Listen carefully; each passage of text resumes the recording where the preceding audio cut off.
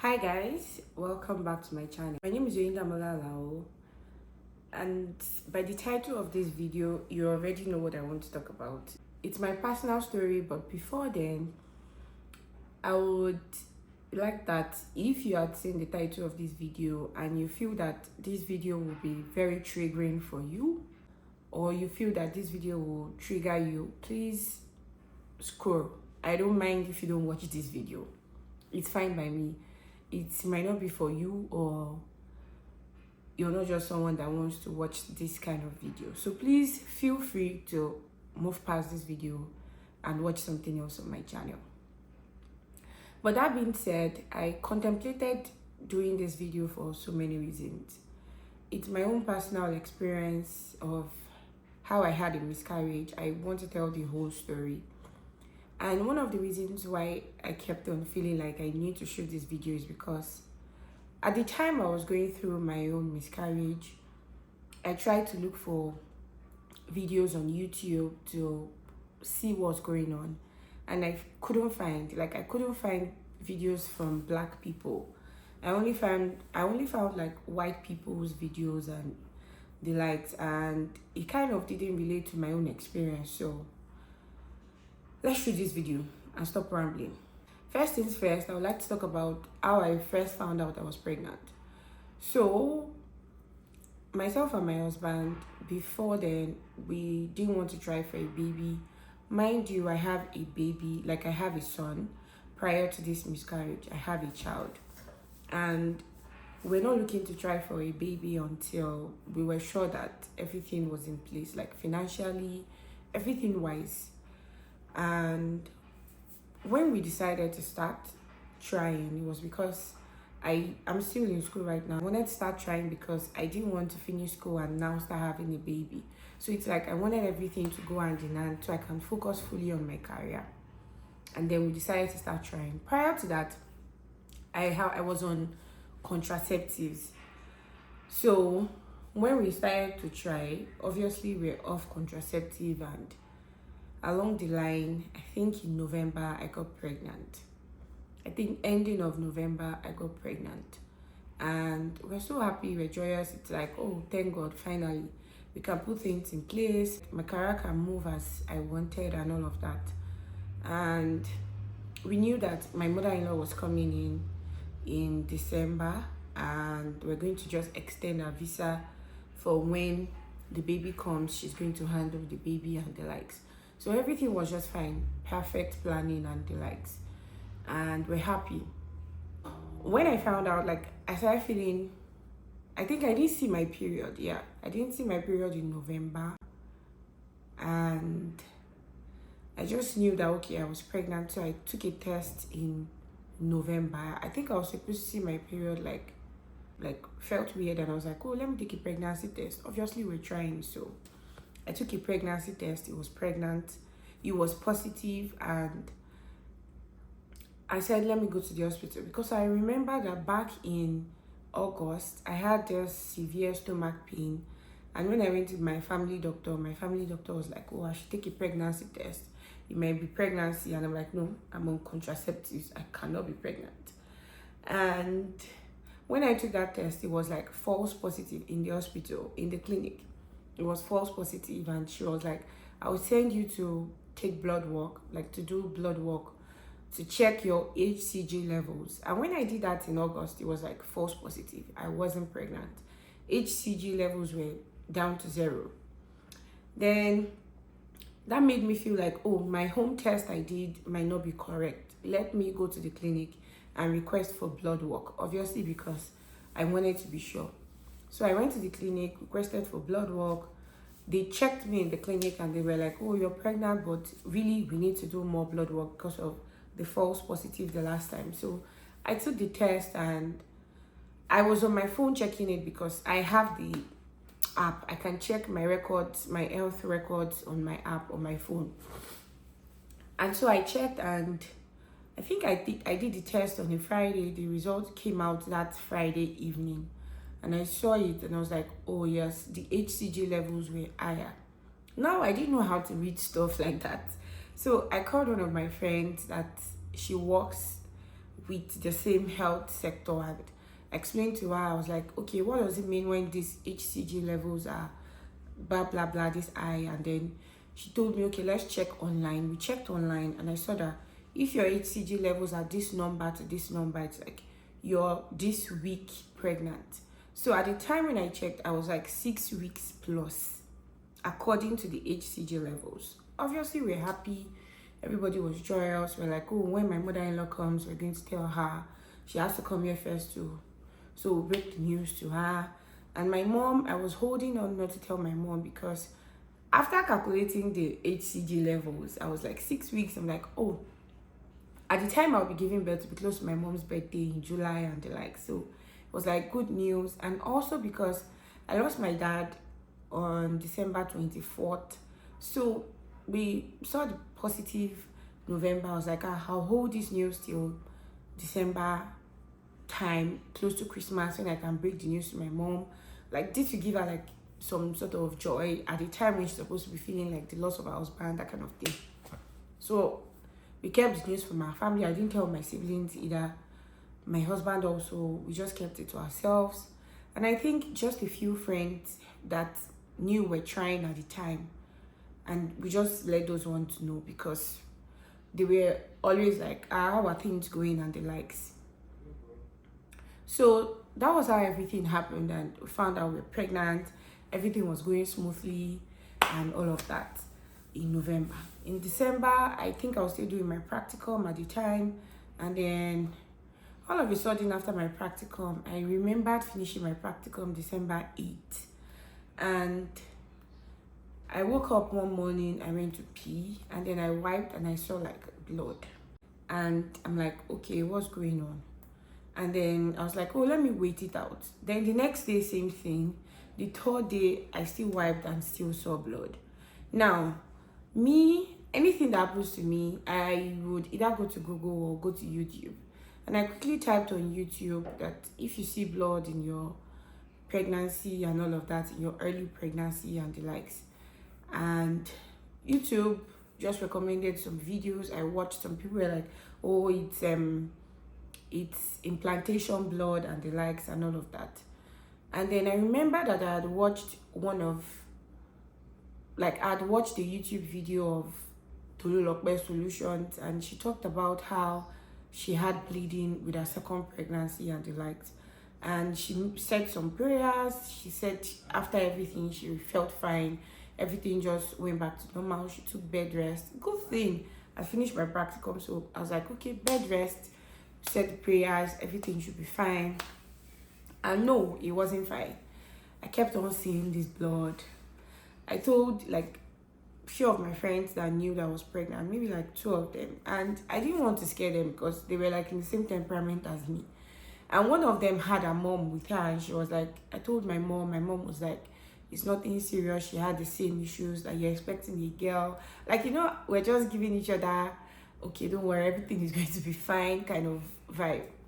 And I just did not feel comfortable. I called the clinic, told the clinic, and the doctor was like, sometimes it happens, so you just need to wait it out. And this waiting it out, it wasn't doing it for me. It graduated from just drops of blood to now like a little bit heavier. So when it was a little bit heavier, I was like, no, I can't do this. And she told me if it gets more than that, that's my family doctor, because she was like, I can't help you. I can't do anything in my clinic. Just go straight to emergency. So when it got heavier, I just told my husband, I was like, I think I need to go to the emergency because this thing is not stopping and I'm concerned. I am worried. And I think that had lasted for like 5 days or so. So I went straight to the emergency. And going to the emergency in Canada is no joke. Like, it's not something that you say, oh, I'll go to emergency, they will attend to me because it's emergency. You know, you wait hours. So, and if you go in the morning, in the afternoon, it's always like packed full. So I checked online, what's the wait time for emergency? And when I saw like the wait time for emergency was like 4 hours, I told my husband, okay, drop me in the clinic. And he couldn't go with me because we have a kid. It was around 10 p.m. And I was like, I can't wait this thing out till tomorrow. The blood has increased drop me in the clinic. So he took me to the clinic, he took me to the hospital, and he couldn't go with me because we had a child. You can't take a child to the hospital to avoid more sickness. So I told him drive back home. He couldn't park also because they don't have parking. You have to pay for parking. And they would park in the cold. It was December.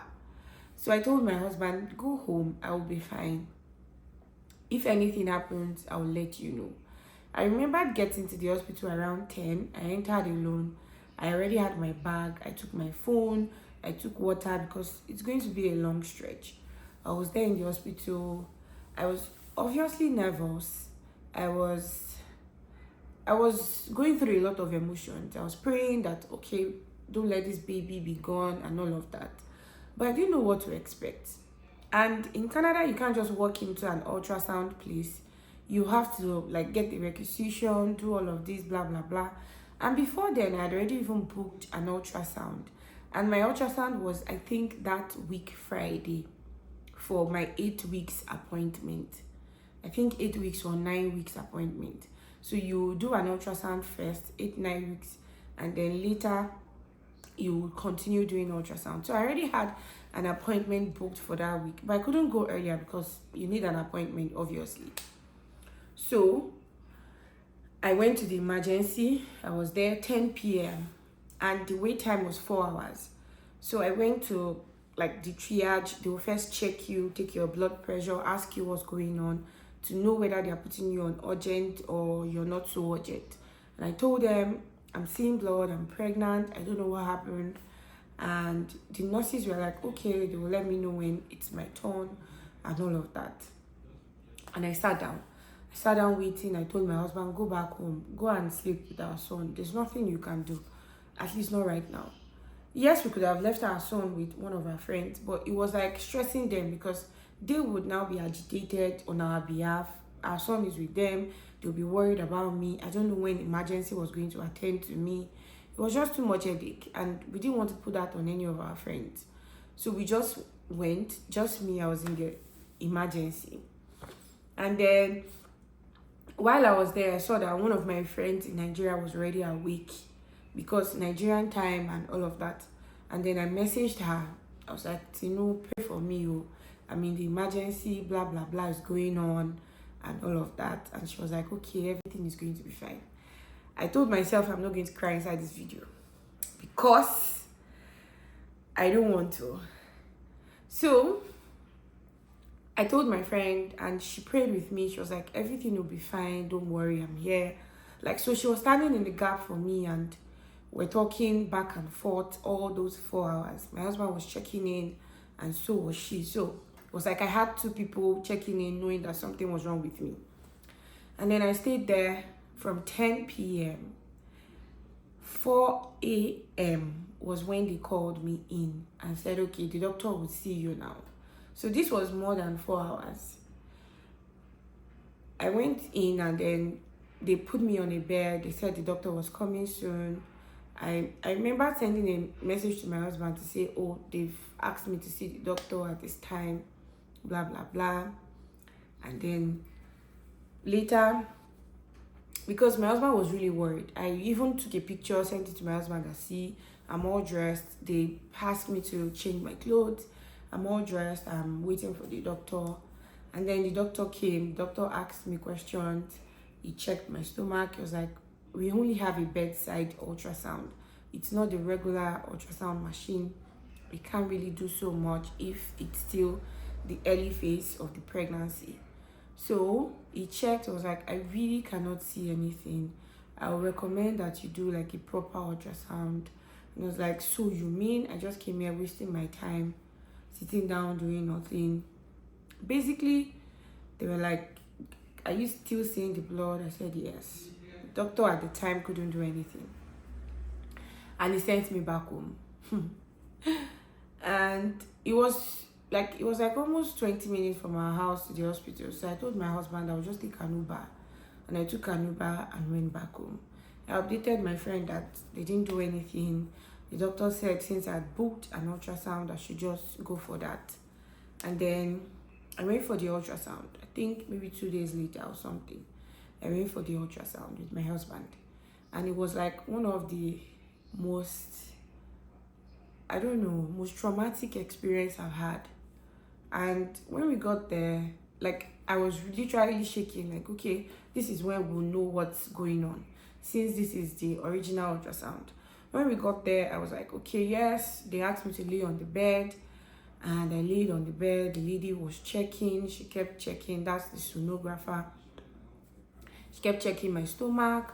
She checked, I was looking at the screen, like you have a screen right in front of you. I kept on looking at the screen to be sure that everything was okay. And then I couldn't see anything.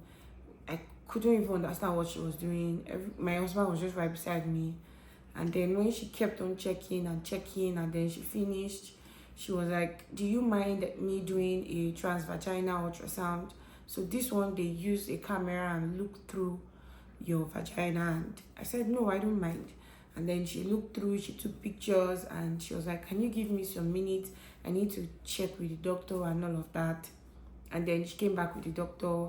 The doctor was like, oh, I'm so sorry, you lost this baby. Right now, we can't see any baby here. And right now, we can only see blood. Like, they can't see the baby, they can't see any sac. We're just seeing blood and the likes. And that was it. It was like, that's the moment of truth. Everything you've been waiting for and all of that. And the doctor asked, have you been seeing blood? Have you been experiencing pain? I was like, yes, I have. I've been seeing blood. I've been having cramps, like menstrual cramps. And the doctor was like, okay, that was so sorry about your loss. It looks like you had a miscarriage. We can't explain it. We don't know what happened. And the first question that came to my mind was, okay, when you were checking, did you see any issues? I was like, no, we checked your womb, we checked your ovaries, everything seems fine. There seems to be no issues. And I just started crying. My husband was like, it's okay, everything will be fine. And the lady was like, the sonographer.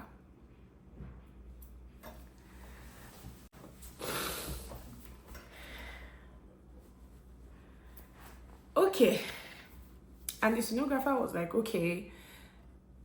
I think she gave me a slip or something. She was like, if you need to take your time, you can sit down, take your time. But you can reach out to these people. They talk about loss and the likes, and that was it. And we stayed there, we cried. It was really painful. It's like, yeah, it's not like so much weeks, but something that you've been expecting. Like, reliving it right now feels painful, because yes, we've moved past it, but it's like reliving it feels painful and all of that. And that's why I wanted to share. Like, I wanted to share for so many reasons. It's not because I want to just come and cry on camera, no, but because at the time I was looking for people who were going through the same thing I was going through. First, because I was blaming myself, that what did I do wrong? How did it happen? I started thinking about it, that okay, I had my practicum. Yeah, it was kind of stressful. I remember some days I ran because I was waiting for the bus, or I was about to miss the bus. Like, I started recounting my steps, like, okay, what did I do wrong this day, that day? I started blaming myself. And it was so painful to think that, oh, it could be my fault. But the doctor kept saying that sometimes this thing happened, you can't explain it. We went back home, and a few days later, I started this part-time job. And I remembered I was coming back from that part-time job. I was so pressed. I was still seeing blood. So the doctor asked me to book like a follow-up appointment for 2 weeks. So I was still seeing blood. Is it 2 weeks? I think a week. I was still seeing blood. So I had not completely shed out the clots and the tissues and all of that. But the doctor was like, there'll be a follow-up appointment, because from what they could see on the screen, I still had some tissues and all of that. So if my body doesn't take it out, they would take it out. So I went to this my part-time job, and I was coming back. We picked up my son and my husband were in the car, and I was telling my husband I need to pee badly and I cannot wait till he gets home because I really needed to pee. And I went into the store, like I went into a store to pee, and I was in that washroom in the toilet for over 10 minutes. My husband called, and when he called I was like, I'm in pain. It's like I'm bleeding in that hospital. And I was bleeding tissues, I was bleeding clots of blood, heavy clots of blood. It's like, why couldn't this just wait till I get home so I can take all of this in? I was shedding my baby out in a public washroom. It was so painful, it was even more painful. And I was there, I just told him I'll be out, like, just give me some time. And it was just painful. That was how it happened. And 2 weeks later, or I think a week, I went back for the ultrasound, and the doctor was like, everything seems clear. Your ovary seems okay, your womb seems fine, everything seems fine. We still can't explain it, but right now everything seems fine. You've completely taken out the blood clot and all of that. And that was it. And it took a while, like it was painful for the most part. Thankfully, I had my friends who were of great support. Everyone chipped in, came around, tried to make me feel warm, tried to make me feel like it's not your fault, a better one is coming, it's God's timing and the likes. But one thing I want to share that helped me to get through this the most was that particular Sunday that I shed out this cloth, we went to church.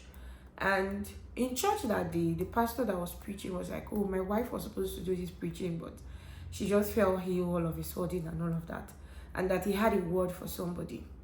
And I had to write this down so that I don't, because I wrote it down as the pastor was saying it. And the pastor said, the Lord orchestrates our steps way better than we could imagine. He knows the timing that is best for you and the kingdom. And when he said this, it made sense. Like, it was still painful, I was still pained, but it all made sense at that moment. The pastor was talking about it, and it was like, that word was for me. And I cried everything out. My husband was right beside me. I was just trying to make me feel calm. I cried everything out, went back home, cried. And at that point, it was not like I instantly moved on, but I just felt some sense of peace that, okay, God orchestrates things in the time that is perfect for him and his kingdom, not the time that I wanted it. And it made sense, really. I had some peace and stopped blaming myself and kind of moved on from it. And I had to tell my family that, okay, this is what we experienced. We're waiting to tell you, but this is it. All the plans we had, yes, was cancelled. But we just trusted God for his own perfect will for us. So that was how I coped. And I kept on watching YouTube videos of people who got pregnant after miscarriage, because one question I kept asking myself was, will this be will pregnancy come after a miscarriage? Would I still get pregnant? I hope I don't get another miscarriage, blah blah blah blah blah. And I saw positive reviews, like positive stories on YouTube, and it encouraged me to also share mine. Somebody might just be needing my video and would encourage the person, which is why I'm sharing this video. And aside from that, I'm also sharing this video for one thing, for you not to blame yourself. It happened, not your fault. Yes, sometimes it can be your fault, but still, some things happened, and then you cannot blame yourself forever. You need to move on from it. Finally, because of some other things I'm sharing, like this particular reason was one thing that pained me at the time, because I want to use this video to reach out to people that think it's good to ask people, okay, when is baby number 2 coming? Or why have you not had a baby? You never know what people are going through. The honest truth is that while I was going through all of this, I was still putting out YouTube videos. I was still posting on my WhatsApp. I was still sharing stuff on my Instagram like normal. Only the people that were close to me knew what happened. I was still going about my everyday life. In fact, I just had a part-time job. I was going about my everyday life while still nursing all of this inside. And then I remember that one morning, I woke up and got a message from somebody on WhatsApp. This person, because I posted my son's picture on WhatsApp, this person thought it wise to send me a message to say, oh, when are you giving us a second baby? Please, please, please, please, please, stop asking people such questions. First, do you know if they want a second baby? Two, do you know if they're experiencing losses? Or do you know what they are going through for you to ask such questions? It might be from a place of, oh, I love this person, or I care about this person. But if they've not discussed such things with you, please keep your care to yourself and pray for them. I was going through a lot, and I woke up to such message. Like, that was the first message I saw. And I was like, God, in the midst of experiencing this, I'm seeing this message. Please, some people don't want a second child. You don't need to ask them. And some people don't even want children. It's not your place. Some people are going through serious losses. You asking them is reminding them, triggering them, making them feel less of what they are. At that time, that was how I felt. I felt like, God, I want a child. It's not coming. And this person is asking me, why are you asking me? It's not your business. But really, I know that you care. Please keep your care, keep your concern, keep your worries to yourself, and pray for whoever you think you should care about. That way, your prayer touches the person. Your prayer goes to the heart of God, goes to the ears of God, and God will answer their prayers. But don't make jokes about it. I think some people might not know. This is just to make you aware. Maybe before now, maybe when I was younger, I might be feeling like that. Like, oh, there's a need to ask that immediately after you marry, you should give birth to your first child. After your first child, you should give birth to your second child. It's not your business. It's time to learn, relearn, unlearn whatever thing. And please just keep those persons in prayer. Don't put your nose in their business. And help those persons feel better by just praying for them and not asking them questions, not poking through their lives. I think that's better said. Because you don't know what they are going through behind closed doors. Like I said, I moved on with my life. I was doing my normal things, but you never knew what I was going through. So that sense is just be kind to people, really. You don't know what they are going through behind closed doors. I think that being said, that's like the end of this video. It's not something that I wanted to be long, but telling the whole story obviously would make this video long. And one last thing I would like to say before ending this video. So if you have watched until the end of this video, I would not let the devil take the glory of this video or the devil smile at our misfortune. And I would not want you to start commenting, oh, sorry, and the likes of this video. That's why I am publicly sharing this news with you, to say that yes, we might have had a miscarriage, but God is a giver of good things, and in his own time, really, in his own place, in the time that is right for him, he will do better, which is why I'm sharing this huge news.